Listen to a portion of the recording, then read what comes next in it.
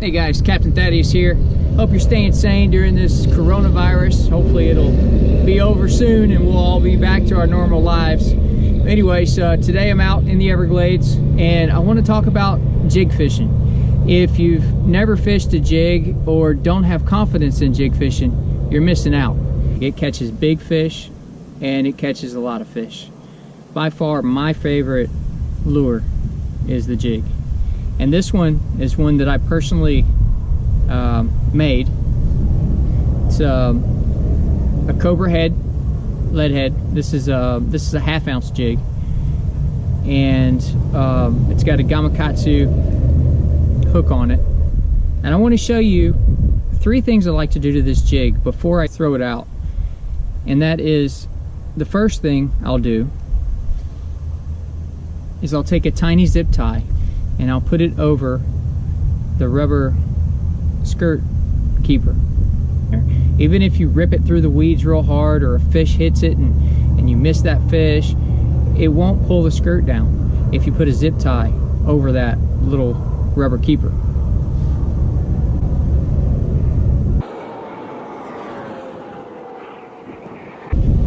The zip tie's in place. It doesn't mess up the look of the bait. The fish eat it just the same as they would.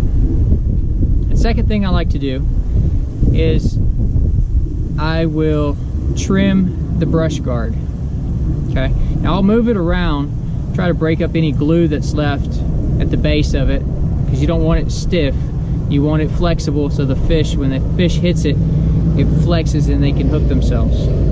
So I'll mess with that brush guard, loosen it up, then I'll take my scissors and I'll cut the top of that weed guard so that it's in line with the top part of the hook. I feel like it makes it easier for the fish to get in their mouth. Hey, maybe I'm making things up, but in my mind it works great. And then the third thing I like to do is I'll take my pliers, I'll squeeze right there in the bend of the hook, and you will see that hook point just barely moved up, just a touch. That's gonna help me catch almost every fish that bites this. As long as I have the right action rod, I shouldn't miss many fish at all with that hook bent up like that. Now with it flat, I find I'll miss a few more fish. I like the shorter style jig, the more compact jig. So this chunk right here is a great trailer for this style of jig. Let me tell you about the rod setup I have. Today I'm using a halo rod. Okay, this halo rod is a 7/6 heavy. I like to use a heavy rod, at least a heavy rod, sometimes an extra heavy rod, depending on how thick the cover is for jig fishing. So my friend Rob just turned me on to these. These are actually his old rods. I have several of these now. And I'm liking it. I'm pulling this fish out of the pads fairly easily with this 7/6 halo. It's called the Black Widow. I don't know, I guess it's got the Spider-Man theme. Kind of strange, but hey, if it pulls a fish out, whatever.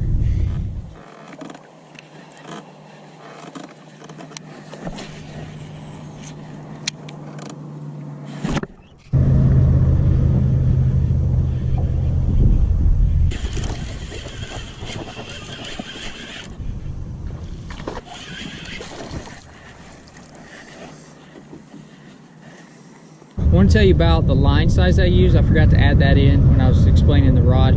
I use 40-pound Suffix, the 832. Super strong line, and it's plenty to get the fish out of the heavy cover.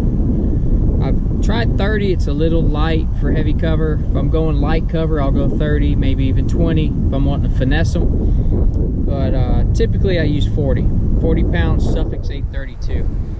But number one of many.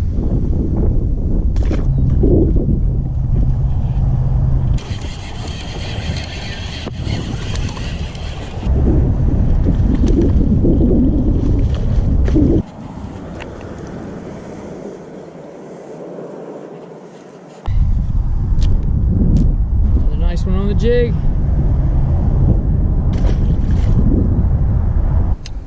One of the major problems people have with jig fishing is not being able to detect the bite. The bite is a very subtle bite. It's just like a tiny little tick, and a lot of times that's all you're going to get.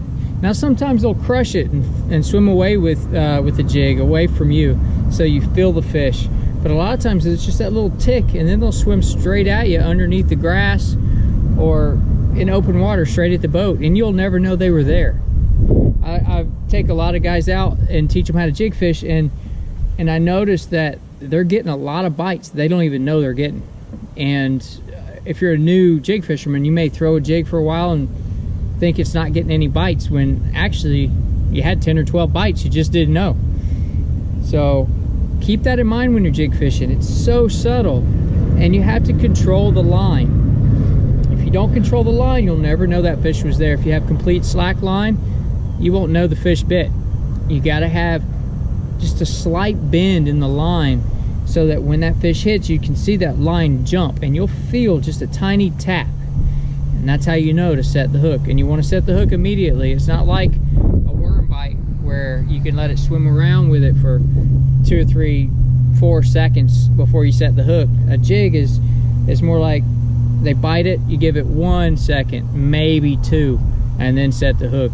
And you got to get them out of that stuff fast, or he'll wrap you up and you'll never get the fish out.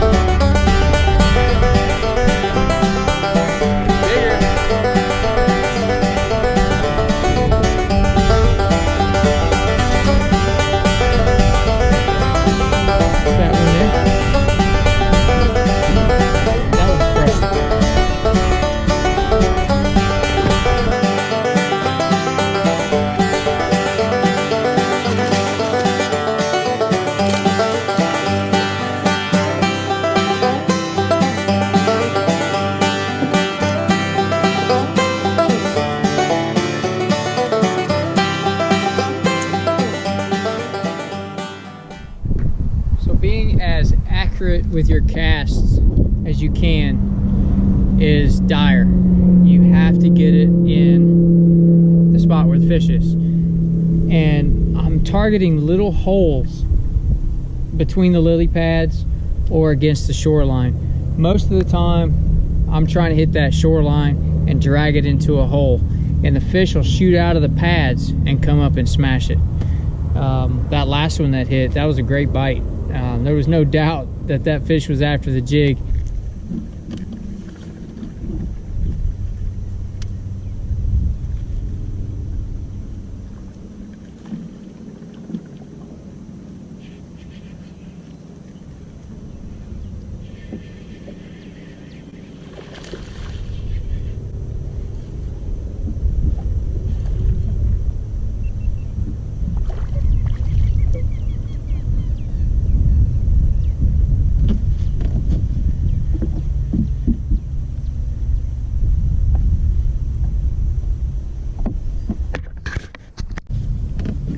So I like to drop the jig through the grass to the bottom and then shake it.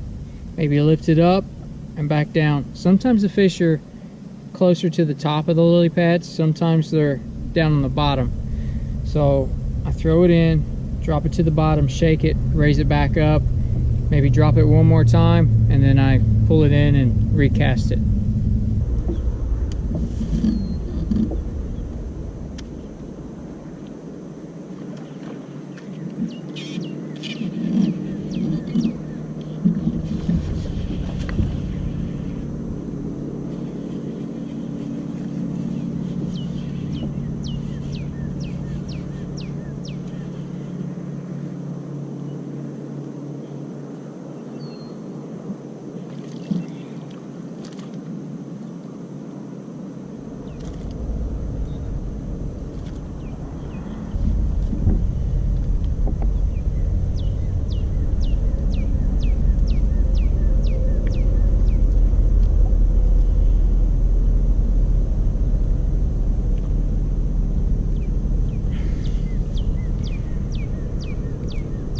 this hook is in there. There we go. It's a good bass. So you want to make sure your jig's heavy enough to drop through the grass. And when you land in the water, you want your rod high so that you can lower the jig through the grass until it touches the bottom. So if it's getting caught and it's not going down all the way to the bottom, get a heavier jig.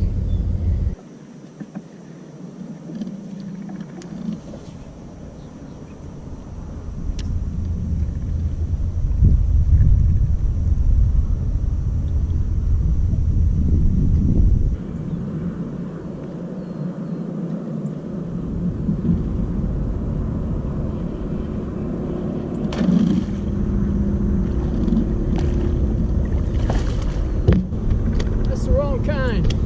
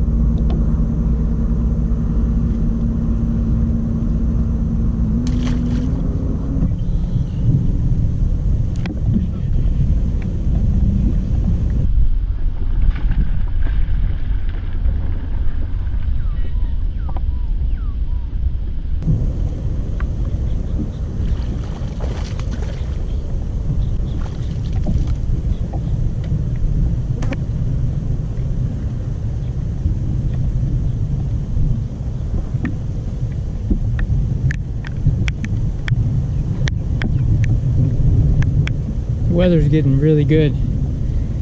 Unfortunately, the GoPro doesn't like the rain.